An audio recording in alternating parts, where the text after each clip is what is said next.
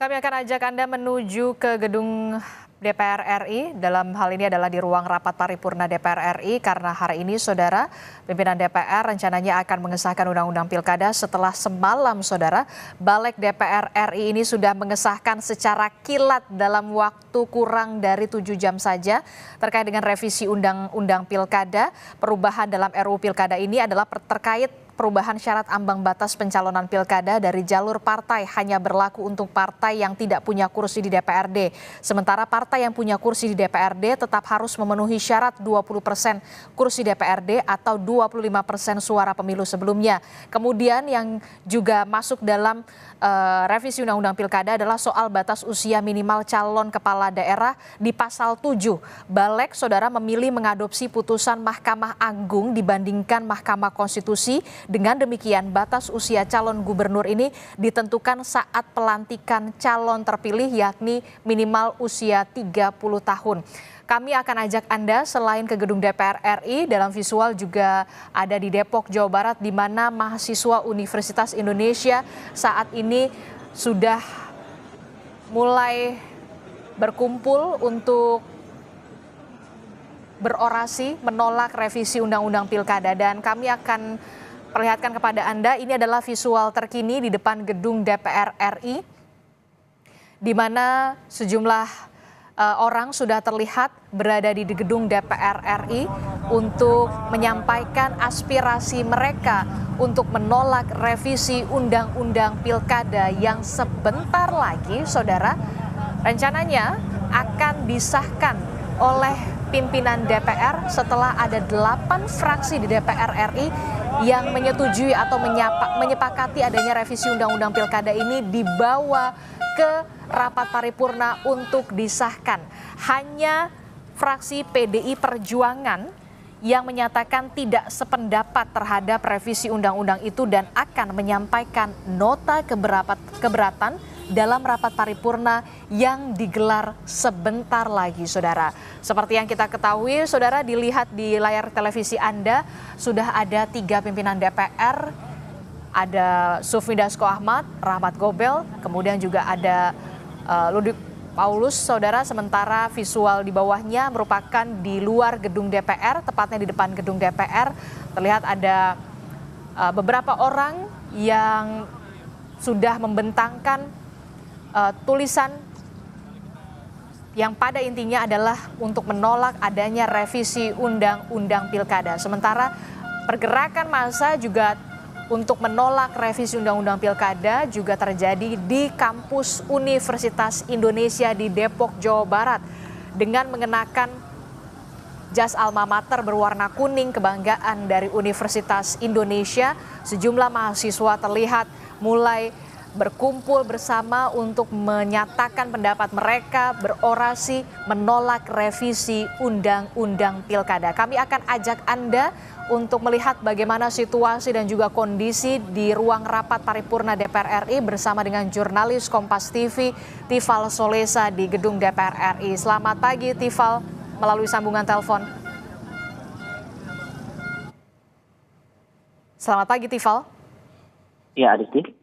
Ya, Tifal, apa yang saat ini terjadi di ruang rapat paripurna DPR, benarkah nanti pada pukul 10 pimpinan DPR akan segera mengesahkan undang-undang pilkada setelah sebelumnya ada 8 fraksi yang sudah menyepakati atau menyetujui adanya revisi undang-undang pilkada ini dibawa untuk disahkan di rapat paripurna pagi hari ini? Sejatinya rapat paripurna untuk pengambilan keputusan atas revisi Undang-Undang Pilkada ini dijadwalkan pada pukul 9.30 waktu Indonesia bagian Barat di ruang rapat paripurna Gedung Nusantara 2 Kompleks Parlemen Senayan Jakarta hari ini.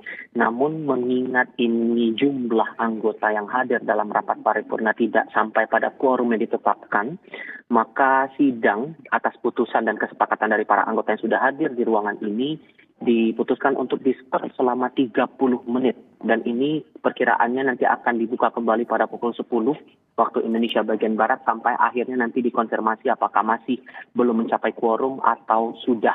Nah, ini juga yang masih kami pantau sekarang yang terlihat di layar kaca Anda saat ini dari visual yang kami tampilkan dari dalam ruang rapat paripurna. 3 pimpinan DPR RI sudah berada di tempatnya masing-masing. Ada Wakil Ketua DPR fraksi Partai Gerindra Sufmi Dasko Ahmad, kemudian Ludwig Paulus dari Partai Golkar, dan Rahmat Gobel dari Partai Nasdem. Beberapa anggota parlemen juga sudah ada di dalam ruang rapat sampai nantinya kita akan melihat nanti sidang akan kembali dibuka perkiraannya pada pukul 10 waktu Indonesia bagian Barat. Dalam aturannya sebetulnya pengambilan keputusan dalam rapat DPR RI dalam prinsipnya adalah harus sesuai pada quorumnya. Dan ini dianggap sah apabila nanti dihadiri oleh lebih dari separuh dari jumlah anggota rapat. Apabila tidak tercapai juga, maka nanti rapat ditunda dan maksimal akan dilakukan penundaan sebanyak 2 kali. Ini penundaan pertama yang berlangsung sekarang ini dan masuk dalam masa skorsing pertama dalam tenggat waktu masing-masing tidak lebih dari 24 jam. Dalam aturannya juga setelah 2 kali penundaan quorum belum juga tercapai, maka cara penyelesaiannya diserahkan kepada Badan Musyawarah atau BAMUS apabila terjadi dalam rapat kelengkapan DPR. Tapi sejauh ini yang saya lihat di dalam ruang rapat paripurna ini anggota silih berganti sudah mulai datang ke dalam ruang rapat paripurna DPR untuk mengikuti agenda rapat paripurna pada hari ini yang pada poin utamanya adalah pengambilan keputusan atas revisi Undang-Undang Pilkada yang sebelumnya atau tepatnya kemarin di tanggal 21 Agustus 2024 sudah diambil keputusan tingkat pertama di Badan Legislasi DPR RI. Yang terlihat, ini juga yang menarik, tadi setibanya saya di Kompleks Parlemen Senayan Jakarta ini sebelum pukul 9 pagi waktu Indonesia bagian Barat, sudah terlihat beberapa pimpinan DPR saat itu dan tadi telah terkonfirmasi juga oleh Sufmi Dasko Ahmad. Saya ditanyai wartawan setibanya di Kompleks Parlemen Senayan Jakarta sekitar pukul 8.45 waktu Indonesia bagian Barat bahwa ia yang akan memimpin rapat paripurna hari ini. Sementara untuk pimpinan lain masih butuh konfirmasi lagi, terutama yang menarik di sini adalah Ketua DPR RI Puan Maharani. Apakah juga akan ikut serta dalam rapat paripurna pada hari ini. Tadi Anda sudah sempat singgung juga bahwa revisi Undang-Undang Pilkada ini memantik polemik di masyarakat, terlebih lagi dengan beberapa putusan yang dianggap tidak sesuai dengan keputusan yang diambil oleh Mahkamah Konstitusi sehubungan dengan gugatan yang dilayangkan masyarakat atas Undang-Undang Pilkada, termasuk untuk 2 poin utama yang menjadi sorotan publik saat ini. Yang pertama berkaitan langsung dengan syarat partai politik yang bisa mencalonkan kandidat di pemilihan kepala daerah dan juga masalah batas usia bagi mereka yang dicalonkan sebagai calon kepala daerah di pemilihan kepala daerah. Nah, dari total 9 fraksi di parlemen, hanya ada 1 fraksi yang menyatakan penolakan dan berniat untuk menyampaikan nota penolakannya dalam rapat paripurna hari ini, yakni Partai Demokrasi Indonesia Perjuangan atau PDIP. Yang saya lihat di dalam ruang rapat, perwakilan dari fraksi PDI Perjuangan sudah berada di sini, mulai dari Wakil Sekjen PDI Perjuangan Utut Adianto, kemudian Putra Nababan yang kemarin dalam rapat balik juga sempat ada adu argumen dengan pimpinan balik saat itu mempertanyakan bagaimana proses pengambilan keputusan dan penetapan yang diambil atas revisi Undang-Undang Pilkada ini yang dianggap tidak sesuai dengan putusan dari MK dan prosedur yang dilakukan di DPR RI, begitu terutama di Badan Legislasi. Dan beberapa anggota dari fraksi PDI Perjuangan juga terlihat di sini. Ada Syihar Sitorus juga di sini, Iwayan Sudirta juga terlihat di sini. Beberapa anggota dari fraksi lain juga tampak, termasuk tadi yang juga saya cermati adalah Ketua Badan Legislasi DPR RI saat ini, Wihadi Wianto. Saat tiba di Kompleks Parlemen Senayan Jakarta ini, Dasko tadi tiba bersamaan juga dengan kehadiran Menteri Hukum dan HAM, Supratman Andi Aktas, berbarengan tadi tiba di Kompleks Parlemen di Gedung Nusantara 2 dan bersamaan langsung naik ke lantai 4 Kompleks Parlemen Senayan Jakarta untuk mengikuti rangkaian rapat paripurna yang kemungkinannya pada pukul 10 ini akan segera dimulai. Selain nama Menkumham, kami juga mencermati Menteri Dalam Negeri Tito Karnavian juga sudah tiba di Kompleks Parlemen Senayan Jakarta jelang pukul 9:30 waktu Indonesia bagian Barat. Sehingga yang menarik untuk dicermati ini adalah bagaimana dinamika dari pengambilan keputusan atas revisi Undang-Undang Pilkada yang menuai banyak kritik dari publik, tidak hanya dari berbagai kalangan dari mahasiswa, terutama dari kalangan masyarakat sipil yang sekarang juga berdemo bahkan di depan Kompleks Parlemen Senayan Jakarta, tapi juga menyeruak di media sosial. Sementara begitu dulu, Adistis. Oke, itu artinya sampai saat ini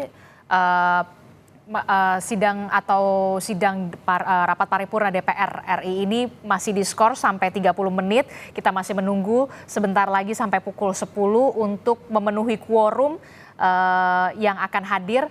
Tapi tadi Anda sebutkan bahwa yang akan memimpin rapat adalah pimpinan dari DPR yakni Sufmi Dasko Ahmad. Berarti itu artinya Ketua DPR RI Puan Maharani belum hadir dan sampai saat ini belum hadir di ruang rapat paripurna DPR. Nah, untuk nota penolakan sendiri nantinya akan dibaca, sudah ada informasi, Tifal, siapa yang akan membacakan? Benarkah nanti Ketua DPR Puan Maharani ataukah kemudian dari Ketua Fraksi PDI Perjuangan yang akan membacakan nota penolakan?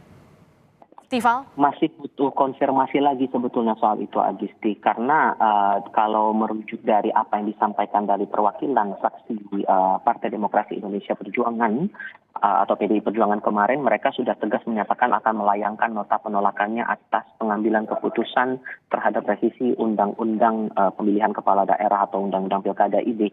Soal siapa yang akan membacakan, apakah dari anggota balik yang kemarin sempat beradu argumen dengan Badan Legislasi atau dari perwakilan lain yang masih dalam naungan fraksi PDI Perjuangan, ini masih menarik untuk dicermati, terutama lagi pergerakan dinamikanya di momen rapat paripurna yang sekiranya 4 menit lagi ini kemungkinan akan kembali dibuka oleh pimpinan DPR RI, terutama yang memimpin rapat hari ini adalah Sufmi Dasko Ahmad. Karena yang jadi pertimbangan dari PDI Perjuangan mengapa kemudian mereka melayangkan penolakan, selain karena pengambilan keputusan ini tidak mengindahkan amar putusan dari para hakim Mahkamah Konstitusi soal syarat partai atau gabungan partai politik untuk mencalonkan calon kepala daerah, tapi juga berhubungan langsung dengan prosedur dari pengambilan keputusan yang berjalan di Badan Legislasi yang berlangsung kemarin. Ini juga yang masih harus saya cermati lagi dan masih butuh konfirmasi lebih lanjut, Adisti. Oke, baik. Kita akan update lagi perkembangan dari dalam gedung rapat paripurna DPR yang rencananya skors akan kembali dibuka pada pukul 10 setelah seharusnya rapat paripurna DPR RI ini akan sudah dimulai seharusnya pada pukul 9.30 waktu Indonesia Barat atau 30 menit yang lalu. Baik, terima kasih informasinya jurnalis Kompas TV Tifal Solesa melaporkan langsung dari gedung DPR RI, saudara. Sementara dari depan gedung DPR RI, kita masih melihat ada massa yang sudah berada di depan gedung DPR RI untuk menggelar aksi tolak revisi Undang-Undang Pilkada. Tidak hanya itu, saudara, di Yogyakarta juga masih ada gelombang aksi massa untuk menolak revisi Undang-Undang Pilkada, termasuk juga di Universitas Indonesia di Depok, Jawa Barat, saudara.